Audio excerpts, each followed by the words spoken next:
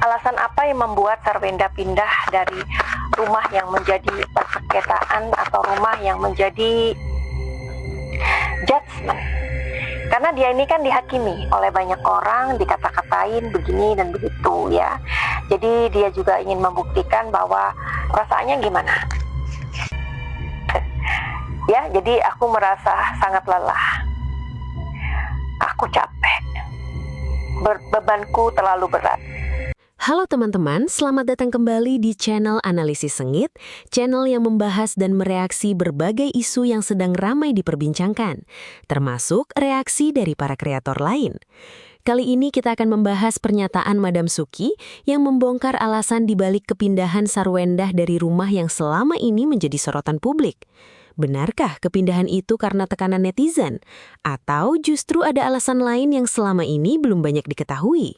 Yang menarik, Madam Suki bukan hanya menyoroti alasan Sarwenda pindah rumah, tetapi juga membahas kondisi psikologi Sarwenda, komentar-komentar pedas netizen, hingga pandangannya mengenai perasaan anak-anak di tengah berbagai polemik yang terjadi. Semua itu membuat pembahasan ini semakin ramai diperbincangkan. Tonton videonya hingga usai karena saya akan memberikan komentar cukup panjang di bagian akhir video. Yuk, kita tonton. Banyak orang menuduhku, banyak orang membuliku, tapi sesungguhnya aku sudah capek. Tapi aku tetap berdiri di sini. Yuhu! Mana kelintinganku ya? Yuhu! Anybody home? Semua kita disinari oleh kasih dan cinta. Dan buat kalian yang baru saja kesasar atau terdampak di sini, aku si pembisik kartu. Nah, jadi Madam Suki hadir lagi.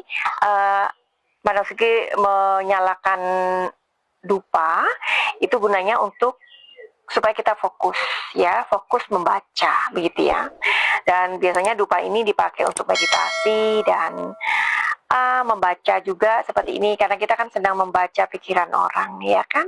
Nah, kita pakai dupa supaya fokus ke pikiran orang yang kita tuju, begitu. Jadi tidak ada pemanggilan roh-roh apa gitu ya, roh-roh penasaran, klinik-klinik gitu ya. No ya, no ya. Oke, jadi Madam Suki mau memprediksi habis. Jadi ternyata selama 1 bulan ini si Sarwenda itu tidak nge-live atau tidak terlihat warawiri di TikTok atau di sosial media lain. Ternyata dia ini sibuk pindahan. Nah, menurut yang dia ini kan kayak gitu ya. Karena dia lagi memposting ada dua video terbaru yang mana dia lagi tidur sama kedua anaknya dan baru bangun, kemudian dia mengantar anak-anaknya ke sekolah, begitu ya. Nah, jadi ternyata dia pindah rumah. Nah, ini Madam Suki salut di sininya ya. Nah, jadi kita harus netral sebenarnya. Salutnya itu kan selama ini dia juga dibully, dikata-katain, yang nggak mau pindah rumah lah, yang bla bla bla, yang bla bla bla ya. Tapi di sini Madam Suki salut, akhirnya dia membuktikan bahwa dia memang benar-benar pindah dari rumah yang membuat huru-hara itu dan rumah persengketaan ya. Jadi di sini Madam Suki akan membaca ya. Membaca ada beberapa orang yang mengatakan begini, mulai nih mengeksploitasi anak buat nutupin utang BCA-nya ya bun, katanya gitu. Ini juga nggak boleh sih ya. Terus ada yang bilang lagi seharusnya para papio dong nganterin kayak kemarin di les baletnya. Ya nggak perlu, karena kan papio itu sudah nggak perlu dimunculkan lagi. Kan papio sudah mengklarifikasi, meskipun dalam klarifikasi itu tidak menyebutkan namanya si R, begitu ya. Oke, terus ada yang bilang lagi, yang ngatain bapak pencitraan sendirinya piye? Kenapa harus masuk sosmed gitu? Mah emang tugasnya si emak kok. Nah, ini juga julid ya. Karena kan sekarang itu zamannya sosmed. Kalian juga kalau si Sarwenda tidak datang juga kalian juga nanyain, ngepoin dan nyariin, ya kan? Nah, begitu dia sekarang tampil dua kali video, kalian juga julid. Nah, itu juga nggak boleh sih ya. Kalau kalian tidak suka dengan seseorang yang pada saat dia ngomong cong dan apa ya, cong, jeng, dan apalah itu, nggak berarti digebriah uya kalian nggak suka semua, nggak boleh kayak gitu ya. Kalau Manasuki suka sih, maksudnya itu salut gitu, akhirnya dia membuktikan bahwa orang-orang yang mengatakan dia nggak mau pindah dari rumah itu dan bla bla bla, mencari kesempatan, akhirnya dibuktikan dia pindah, ya kan? Nah, jadi kita harus netral ya. Terus ada yang bilang lagi anaknya dijadikan pencitraan dan dieksploitasi. Kasihan, ambil anakmu koh biar mereka bisa jadi anak selayaknya seumuran mereka. Aduh, nggak usah pencitraan deh. Ada lagi bilang gitu. Udah nggak ngaruh, otak busuk udah kebaca. Aduh, ini pokoknya komentarnya jelek-jelek ya. Manasuki udah nggak mau ini ya, nggak mau apa tuh namanya, nggak mau bacain ya. Jadi apa yang pesan semesta yang mau kita baca hari ini mengenai langkah yang dilakukan oleh Sarwenda bahwa dia sudah pindah dari rumah itu. Apa yang membuatnya dia pindah begitu ya. Jadi Manasuki izin semesta untuk melihat kisi-kisinya sekarang ya. Alasan apa yang membuat Sarwenda pindah dari rumah yang menjadi persengketaan atau rumah yang menjadi huru-hara begitu ya. Oke, alasan apa? Oke, kita lihat kartunya sekarang. Judgment. Karena dia ini kan dihakimi oleh banyak orang, dikata-katain begini dan begitu ya.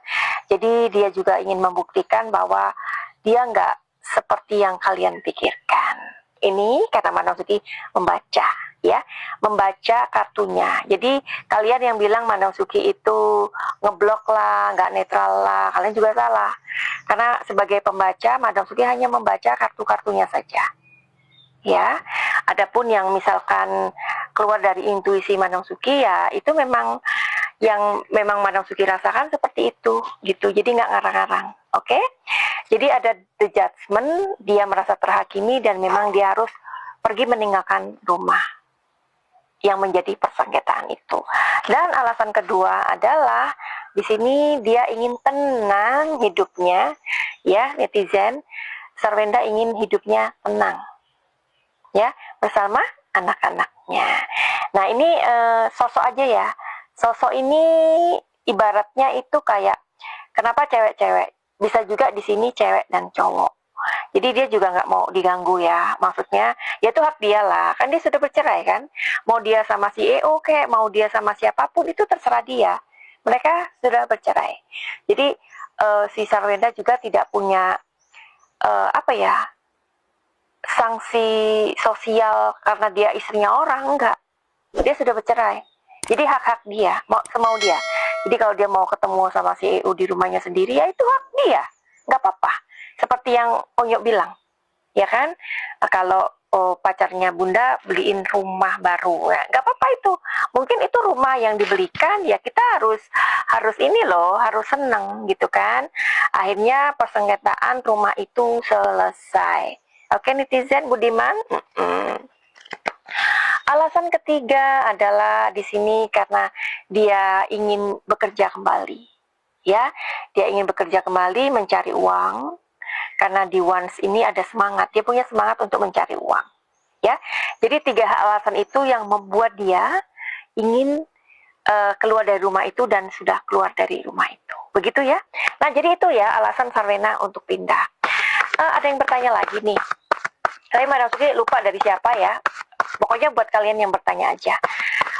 Dalam huru-hara ini, bagaimana sebenarnya perasaan kedua anaknya yang perempuan ini ya. Ini kita ngelihat si kakak dulu ya. Apakah si kakak tahu pertengkaran antara ayah dan ibunya ya? Apakah si kakak tahu? Kakak nomor 1 ya, anaknya perempuan yang nomor 1 ya. Apakah dia tahu perseteruan antara ibu dan bapaknya? Kakak yang nomor yang cewek lah ya pokoknya ya. Namanya sama-sama T sih ya. Oh, terbalik. Oke. Artinya terbalik loh. Bentar ya, di make sure lagi ya. Apakah anaknya yang nomor 2, yang nomor 1 kan Onyo ya kan? Yang nomor 1 Onyo, yang nomor 2, yang nomor 3. Anaknya 3 loh ya. Kalian jangan salah. Dan kalau kalian yang beda-bedain Onyo, kalian nggak boleh kayak gitu. Namanya anak tetap anak. Ya, kita nggak boleh membedakan anak entah dari manapun asalnya. Setuju? Kalau kalian setuju, kasih komentar setuju ya. Anaknya yang nomor 2, perasaannya gimana? Oke. Apakah dia tahu perseteruan orang tuanya? Oke, jadi sepertinya nggak tahu loh. Makanya kalau misalkan ibunya yang mengatakan, ini mental anak begini-begini, anak kan tahu gini-gini. Lah padahal sendiri kalau ayahnya yang ngechat DM, dibalasnya seminggu lagi atau 2 minggu lagi, ya kan? Nah, ini rupanya ibunya juga tidak memberitahu loh. Nah, ini wise, ya. Ini wise. Jadi Madam Suki, kalau misalkan Madam Suki tahu sesuatu, benar ya katakan benar. Kalau enggak ya enggak, kayak barusan. Paham ya? Jadi ternyata ibunya enggak ngasih tahu, gitu. Dan anaknya enggak tahu. Ya, tapi coba dicek lagi ya. Apakah lingkungannya di sekolah juga,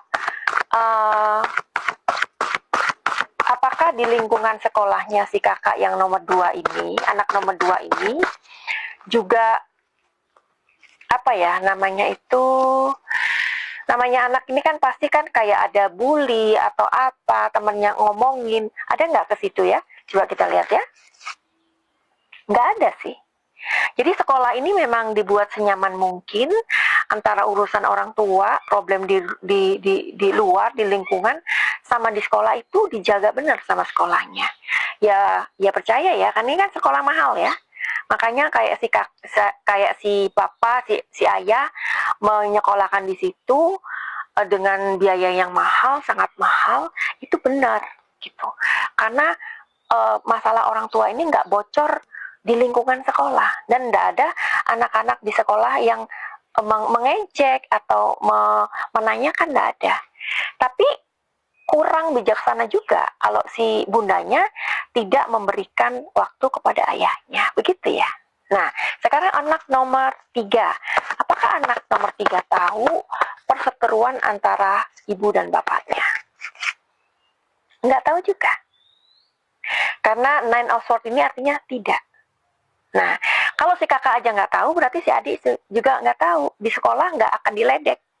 Nah, itulah gunanya orang tua kerja keras untuk supaya anak-anaknya ini di sekolah yang mahal, yang pasti karena mahal juga terjamin keamanannya. Oke. Madam Suki ketika melihat fotonya ayahnya, ada dia, ada keluarganya, touch my heart. Jadi itulah yang ada dalam pikiran dia. Seseorang yang mengupload sesuatu ke sosial medianya, itu pasti ada hubungan emosional, ya. Nah sekarang sedikit aja deh, kenapa si Sarwenda ini tiba-tiba dia rindu kepada ayahnya. Jangan ditanggung-tanggungkan dengan yang ono-ono ya. Ini serius ya, ini masalah emosional ya. Kenapa Sarwenda tiba-tiba merindukan ayahnya dan mengupload kebersamaan saat ayahnya masih hidup dengan dia? Oke, sebentar. Ada tiga kartu yang Madam Suki mau berikan pada kalian. Kalian harus pilih ya.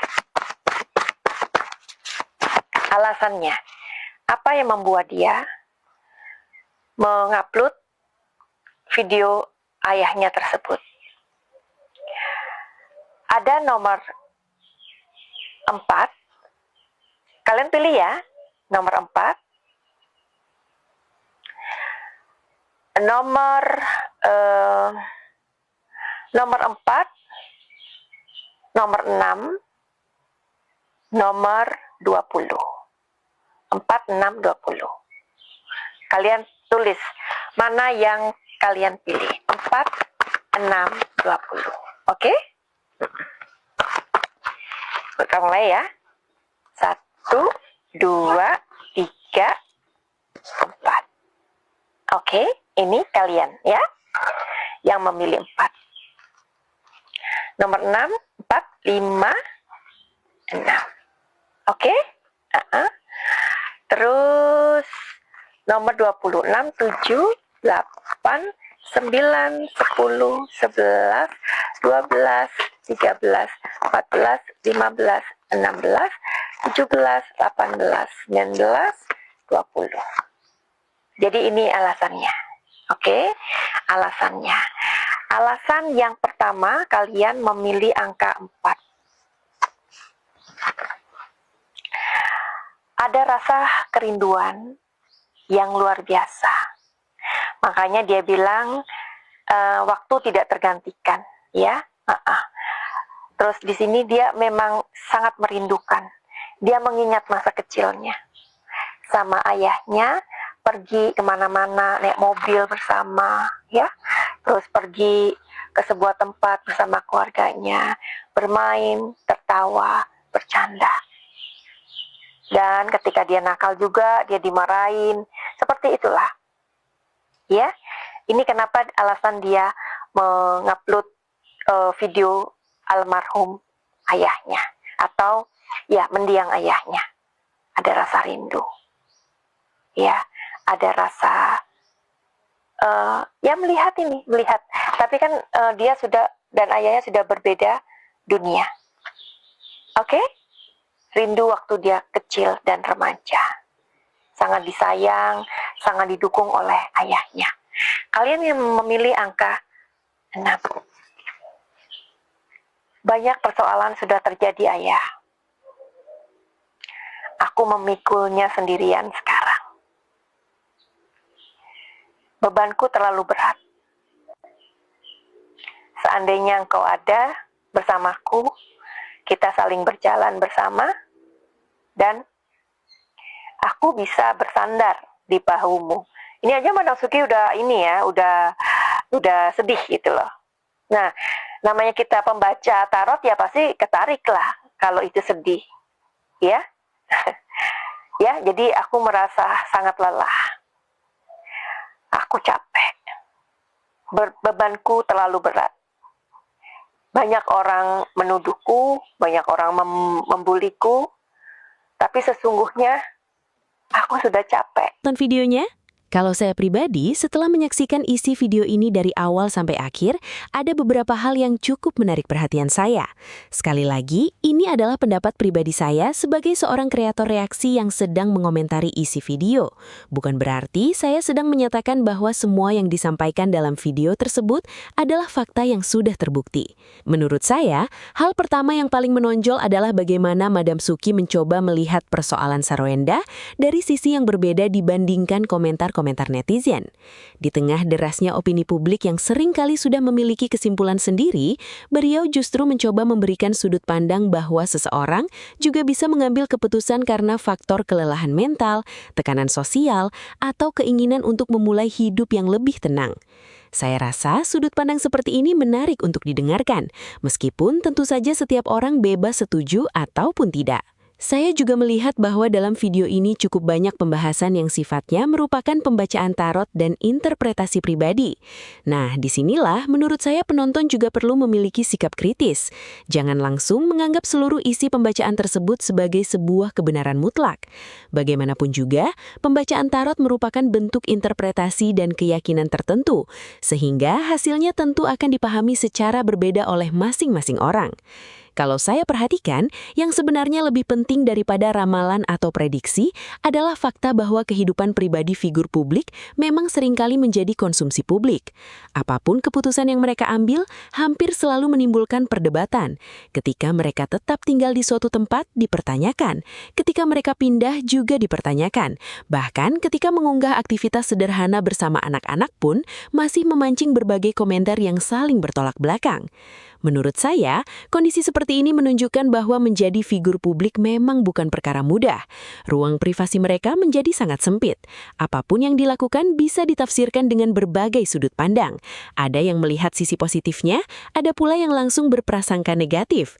Padahal belum tentu semua dugaan tersebut benar. Saya juga merasa bahwa media sosial memang sering membuat seseorang lebih mudah menghakimi dibandingkan memahami. Orang hanya melihat potongan video beberapa detik atau satu unggahan, lalu merasa sudah mengetahui keseluruhan cerita. Padahal kehidupan seseorang tentu jauh lebih kompleks daripada yang terlihat di layar. Di sisi lain, saya juga memahami mengapa banyak orang penasaran terhadap perkembangan kehidupan Sarwenda. Beliau merupakan figur publik yang sudah lama dikenal masyarakat. Ketika ada perubahan besar dalam kehidupannya, wajar jika publik ingin mengetahui apa yang sebenarnya terjadi.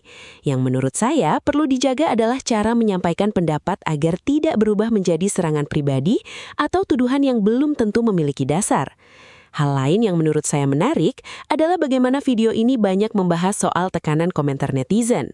Terlepas dari apakah analisis Madam Suki benar atau tidak, kita memang sering melihat bahwa komentar di media sosial bisa memberikan tekanan yang besar kepada siapapun. Kadang orang yang menulis komentar mungkin hanya menganggapnya sebagai candaan, tetapi bagi orang yang menerimanya belum tentu seperti itu. Saya pribadi juga berpikir bahwa kita sebagai penonton sebaiknya tidak terlalu cepat menyimpulkan isi kehidupan seseorang hanya berdasarkan informasi yang beredar di media sosial. Seringkali informasi yang kita lihat hanyalah sebagian kecil dari kenyataan yang sebenarnya. Kalau bahas soal kepindahan rumah, menurut saya keputusan seperti itu sangat mungkin dipengaruhi oleh banyak faktor. Bisa saja karena ingin suasana baru, pertimbangan keluarga, kenyamanan, keamanan, pekerjaan, atau alasan-alasan pribadi lainnya. Tanpa adanya pernyataan langsung yang jelas dari pihak terkait, tentu kita tidak bisa memastikan mana alasan yang benar. Saya juga mengapresiasi ketika video ini mengajak penonton untuk tidak terus-menerus menghujat seseorang. Terlepas dari siapa yang benar atau salah dalam sebuah konflik, saya rasa komentar yang berlebihan justru sering memperkeruh keadaan. Kritik tentu boleh, tetapi akan lebih baik jika tetap disampaikan dengan cara yang sopan. Pada akhirnya, menurut saya video seperti ini memang menarik untuk dijadikan bahan diskusi, karena memperlihatkan bagaimana satu peristiwa bisa dipandang dari berbagai sisi. Ada yang melihat dari sudut pandang psikologis, ada yang melihat dari sisi media sosial, ada pula yang melihatnya dari sisi spiritual atau tarot seperti yang dilakukan Madam Suki. Semua itu menjadi bagian dari alasan mengapa topik ini ramai diperbincangkan. Yang terpenting, menurut saya kita sebagai penonton tetap perlu membedakan antara fakta yang telah dikonfirmasi, opini pribadi, interpretasi, dan spekulasi. Dengan begitu, kita bisa menikmati sebuah konten reaksi tanpa berburu-buru menarik kesimpulan mengenai kehidupan pribadi seseorang. Nah, itu dia pendapat saya mengenai video kali ini. Kalau kalian punya sudut pandang yang berbeda, silahkan tuliskan di kolom komentar. Menurut kalian, apakah pembahasan Madam Suki ini masuk akal? Atau kalian justru memiliki pandangan lain? Saya ingin membaca pendapat kalian, karena diskusi yang sehat selalu lebih menarik daripada saling menyerang. Kalau kalian menikmati video seperti ini, jangan lupa berikan like, subscribe channel Analisis Sengit, dan aktifkan lonceng notifikasi agar tidak ketinggalan pembahasan-pembahasan terbaru. Terima kasih sudah menonton sampai akhir, dan sampai jumpa di video berikutnya.